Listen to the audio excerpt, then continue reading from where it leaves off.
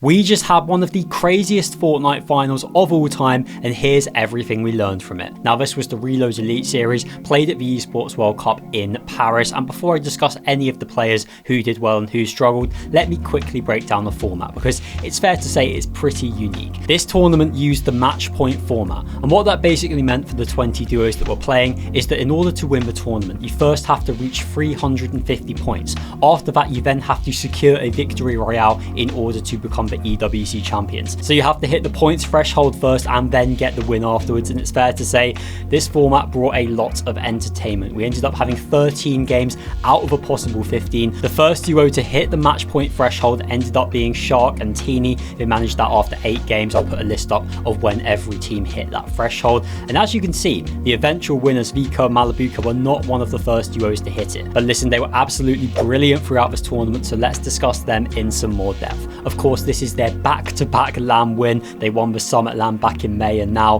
they've won EWC too. I mean, it's just been super impressive from these guys. And it's worth noting that they did have a kind of dip during FNCS. They only finished 20th in Grand Finals. Vico admitted that he regrets not working hard enough after their Summit LAN win. He feels like he didn't put in the hours. They made a good comeback during the last chance finals, finishing in second, and well, winning this LAN is proof that Vico Malibuca are still right at the very top of the Fortnite game. In terms of how the win actually came about, it was an absolute roller coaster. After 7 matches, they were in first place. They were in a commanding position. They then had a 20th place and a 17th place. It looked like they were throwing away their opportunity to win the tournament, all whilst Shxrk T3eny and SkyJump Momsy were both on match point and had genuine opportunities to win.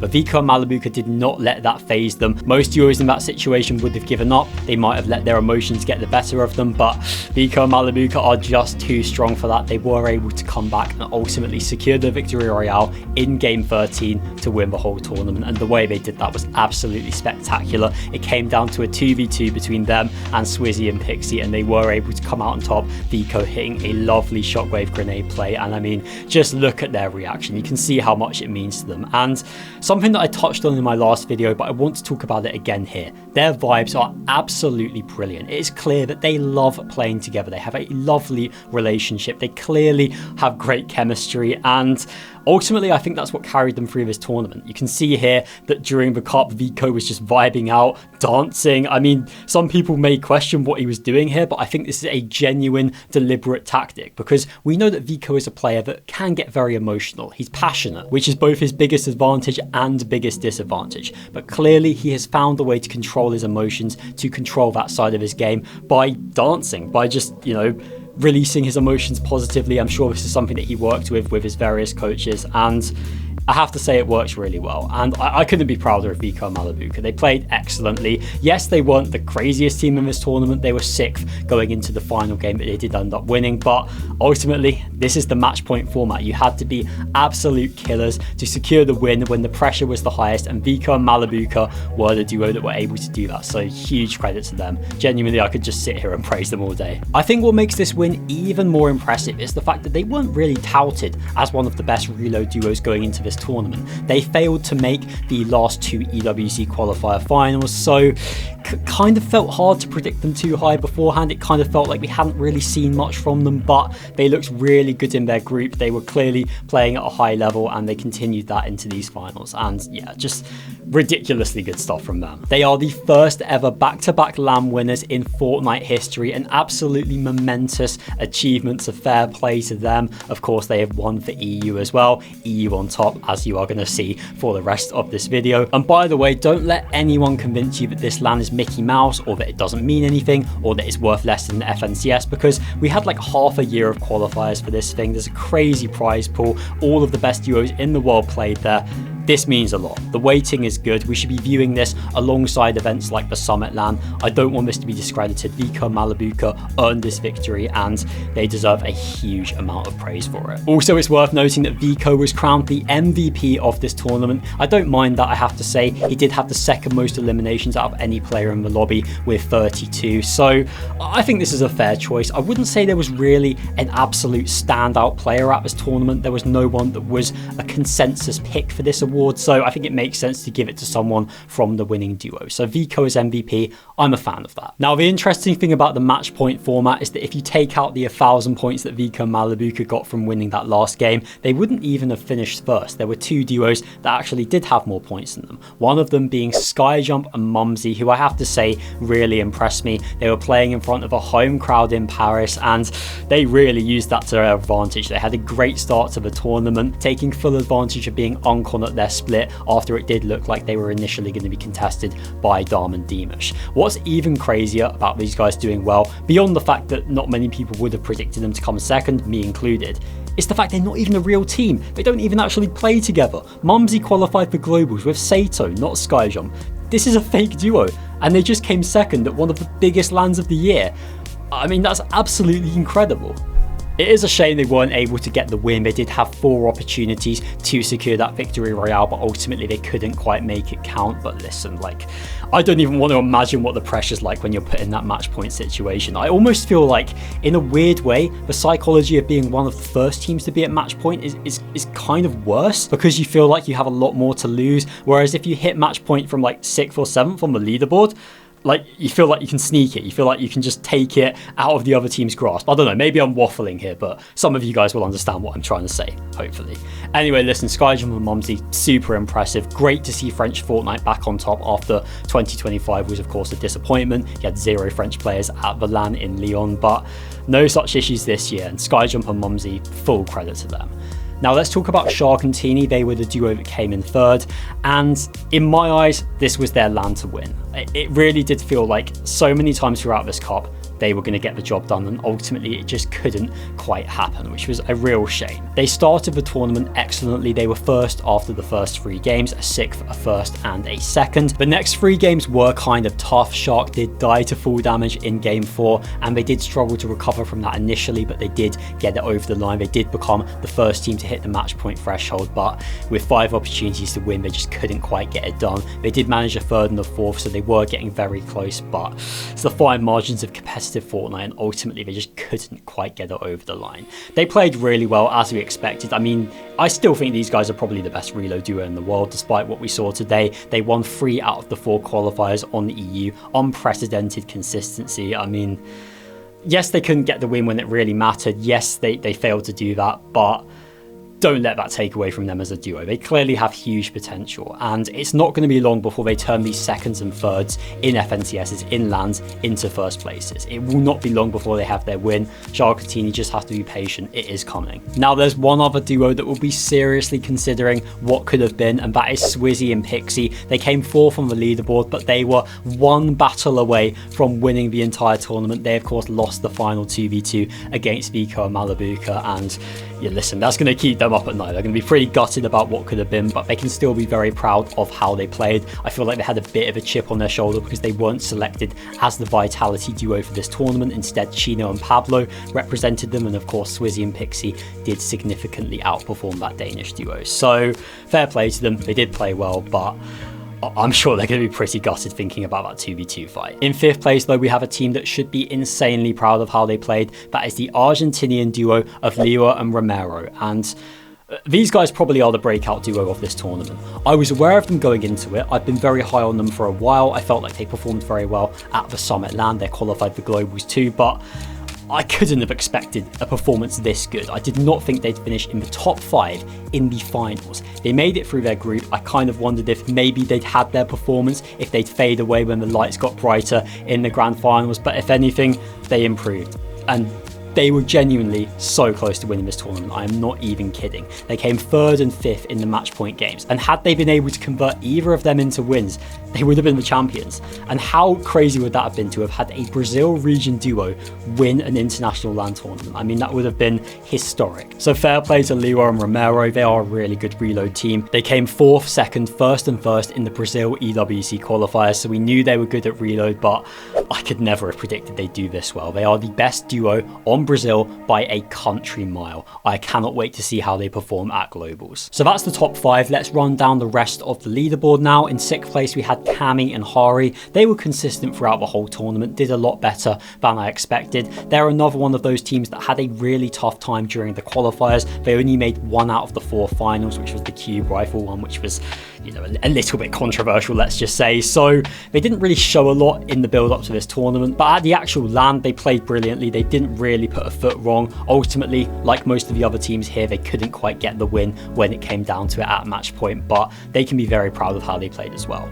We had Canada and Victor V in 7th place, the highest placing North American duo. More on that in a minute because we need to have a serious conversation about that. I liked what I saw from these guys. They had a bit of a slow start. It didn't look like things were going their way. They improved as the cup went on. They ultimately were one of the teams that made it through to the match point format. They couldn't quite get the win either, but they can be proud of how they played. Fair play to Canada though. This is the second LAN where he's been the highest placing NA player. Of course, he managed that achievement at Globals 2025. So fair play to him. In 8th place, we had Darm and Dimash, the Polish duo. Very good at reload. They probably would have wanted to have finished a bit higher, but they did at least make it to match point. Darm also had the most eliminations out of any player in the entire lobby with 35, so fair play to him. In 9th, we had Khan and Faded Pigeon. This isn't even a real duo, so fair play to them for finishing inside the top 10. I did expect them to stick together for the tournaments after this because they played so well, but it looks like Khan is going to be looking for alternative options. So maybe a bit of a shame. I actually thought they had great chemistry. I thought they played really well in reload, but maybe that simply does not translate to Battle Royale. We had Yasin and Salvatore in 10th place, a Middle East duo outperforming every single NA Central team. That is just insane. I spoke about them in my last video, but I've been super impressed by these guys. I love their carefree, aggressive, W key playstyle. They will happily fight anyone in the lobby. It doesn't matter who it is. They never back down from a battle, and that's something that I really enjoyed watching. Salva especially is a really bright player, someone that I cannot wait to watch at Globals because he really broke out at this tournament as a genuinely great fighter. So big praise for these guys as well. In 11th place though, we had a team that I'm not as happy with, and that is Sky and Scroll. And ultimately, it was a really difficult campaign from them all round. Of course, they didn't make it out of their group. Sky was ill, but it was still not a great performance. Yes, they qualified from the survival stage, but these finals just weren't good for them. They had a very, very slow start. They were in the bottom 3 or 4 when the match point format hit. Fair play to them though, they actually made a bit of a comeback. They managed a 22 elimination 2nd place during one of the last games, which is pretty crazy to think about. What's weirder is that out of all the duos, they had the most eliminations. They had the most kills out of any team, and they finished in 11th, which is kind of a weird stat, a very interesting quirk of this tournament. But honestly, fair play to Sky and Scroll. They did make a somewhat respectable comeback towards the end of the tournament. Had it gone for one more game, they would have been a match point and they would have had a shot of getting a victory royale. And honestly, with the momentum they had, they potentially could have managed it. But Vico Malibuca got the job done before they had the chance to, and they did pay the price for having such a slow start. It was too little too late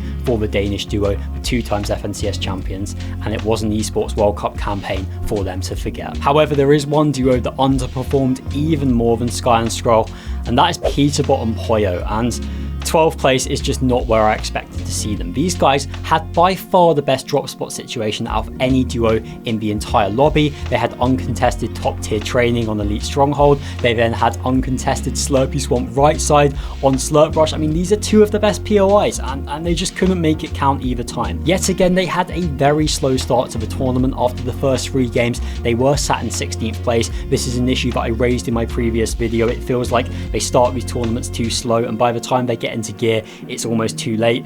Except in this cup, they just never really got into gear. They had a couple of flourishes, a couple of good games, but it was too few and far between, and ultimately they just never looked in it. They didn't even hit the match point format. They never even had a chance to get the victory royale that would have won them the championship. They just looked off it the whole tournament. From game 7 to game 13, they only had 1 finish inside the top 10. It kind of felt like once Shxrk T3eny hit that match point format, they almost gave up a little bit. They almost just said like, oh, this is unachievable. Let's stop playing. And ultimately, it was the duos that persisted, that showed mental strength, like Vico and Malibuca, that were the beneficiaries. It was the duos that had the never say die attitude, that never gave up, that even when the odds weren't looking high, still played to the best of their ability, that did well in this LAN. And Peterbot and Pollo, maybe not having the craziest mentality that I've ever seen. But at the end of the day, we know how good these guys are, and the reason why I'm speaking about them in a more negative light is because we expect so much from them. We expect them to be a duo that should be winning these events. They've only managed back-to-back 7th places in the FNCS Grand Finals this season. They came 2nd at the Summit, which was better, but ultimately it's not been a good year for these guys, and with Globals in a month's time, they need to hit the reset.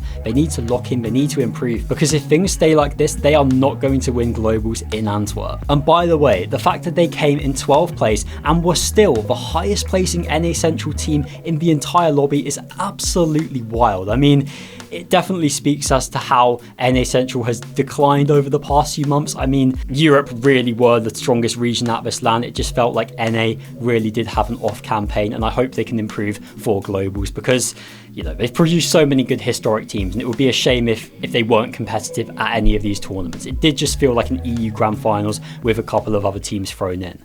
But listen, let's talk about some other duos that did struggle. It's not just NA teams that did have bad tournaments. We had Chino and Pablo Wingu in 13th place, and this is a team that frankly hasn't been good since the Summit LAN. It feels like many months since they last had a strong performance. I'd say for the last 3 or 4 months, they have really struggled. This is a team that, let me remind you, came 2nd in Major 1 FNCS. They were a tier 1 duo. They were one of the best teams on the region. 2 excellent fighters. I mean, Chino and Pablo, brilliant fighters, great players, but it just feels like things aren't coming together for them, and it seems like they're going to stick, which is something that I'm happy with. Of course, they have Globals in the month's time, so they do have the opportunity to hit the reset, to improve, to hit the heights that they were managing before, because ultimately we all know how good they can actually be. They're just not managing it at the moment, and this tournament was a bit of a shame.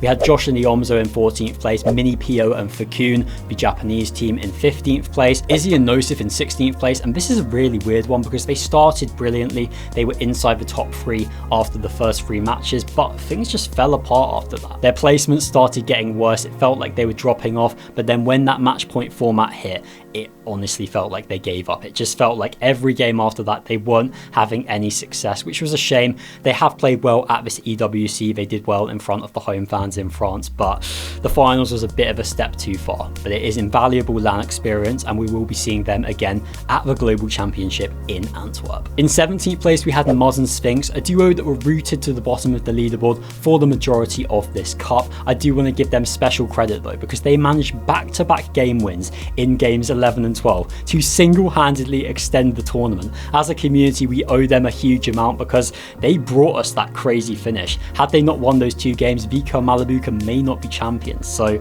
fair play to Moz and Sphinx. They single-handedly ensured that the match point format was absolute cinema. In 18th place, we had Cold and Rapid.